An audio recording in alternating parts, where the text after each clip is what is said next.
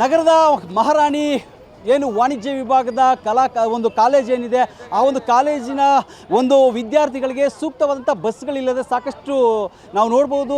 ಆಕಾಶವಾಣಿಯ ರಸ್ತೆ ಏನಿದೆ KRS ಮತ್ತು ಮೈಸೂರಿನಿಗೆ ಹೊಂದಿಕೊಂಡಿರ್ತಕ್ಕಂಥ ರಸ್ತೆಯ ಬಳಿ ಬಸ್ಸಿಗಾಗಿ ಗಂಟೆಗಟ್ಟಲೆ ವಿದ್ಯಾರ್ಥಿಗಳು ಕಾದು ನಿಂತಿರ್ತಕ್ಕಂಥದ್ದು ನಾವು ನೋಡ್ಬೋದು. ಏನು ಯಾಕೆಂತಂದರೆ ಸಮಯಕ್ಕೆ ಈಗ ಇವತ್ತು ಶನಿವಾರ ಆಗಿರೋದ್ರಿಂದಾಗಿ ಆ ಬಸ್ಗಳಿಗಾಗಿ ಮಧ್ಯಾಹ್ನ ಶಾಲೆಯನ್ನು ಬಿಟ್ಟಿದ್ರು ಕೂಡ ಸೂಕ್ತವಾಗಿ ಸಮಯಕ್ಕೆ ಸರಿಯಾಗಿ ಬಸ್ಗಳಿಲ್ಲದೆ ನೂರಾರು ವಿದ್ಯಾರ್ಥಿಗಳು ಬಸ್ಗಾಗಿ ಕಾಯ್ತಾ ಇರ್ತಕ್ಕಂಥದ್ದು ನಾವು ನೋಡ್ಬೋದು. ಈಗ ಈಗ ನಾವು ಪ್ರಯತ್ನ ಮಾಡೋಣ. ಎಷ್ಟೊತ್ತಿಂದ ವೆಯ್ಟ್ ಮಾಡ್ತಾ ಇದ್ದೀರಮ್ಮ?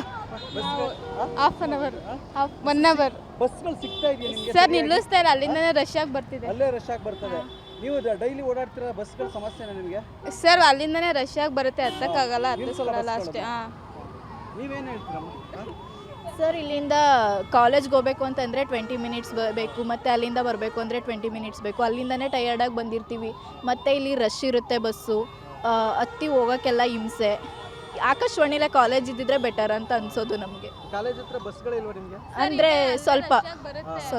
ಈಗ ನೋಡಿ ಇಷ್ಟೊಂದು ಜನ ವೇಟ್ ಮಾಡ್ತೀರಾ, ಎಲ್ಲ ಬಸ್ಗಳು ಬರ್ತಾ ಇಲ್ವಾ, ನಿಲ್ಲಿಸ್ತಾ ಇಲ್ವಾ? ಹೇಗೆ ಸರ್ ನಿಲ್ಸಲ್ಲ. ಒಂದೊಂದು ದಿನ 1 ಗಂಟೆ 1.5 ಗಂಟೆ ಎಲ್ಲ ವೆಯ್ಟ್ ಮಾಡಿ ಹತ್ತಿದ್ದೀವಿ. ಹೆಚ್ಚಿನ ಬಸ್ಗಳ ವ್ಯವಸ್ಥೆ ಮಾಡ್ಕೊಡಿ ಅಂತ ಮಾಡ್ಕೊಡ್ಲೇಬೇಕು ಸರ್.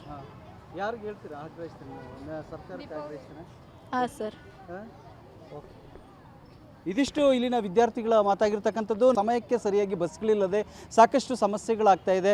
ಸಂಬಂಧಪಟ್ಟಂಥವರು ಮುಂದಾದರೂ ಕೂಡ ಹೆಚ್ಚುವರಿ ಬಸ್ಗಳ ವ್ಯವಸ್ಥೆಯನ್ನು ಮಾಡಬೇಕು ಅಂತಕ್ಕಂಥ ನಿಟ್ಟಲ್ಲಿ ವಿದ್ಯಾರ್ಥಿಗಳು ಆಗ್ರಹಿಸ್ತಾ ಇರ್ತಕ್ಕಂಥದ್ದು. ಕ್ಯಾಮ್ರಾ ಪರ್ಸನ್ ಅಭಿಷೇಕ್ ಜೊತೆ ರಾಜೇಶ್, ರಾಜೇಂದ್ರಮ TV, ಮೈಸೂರು.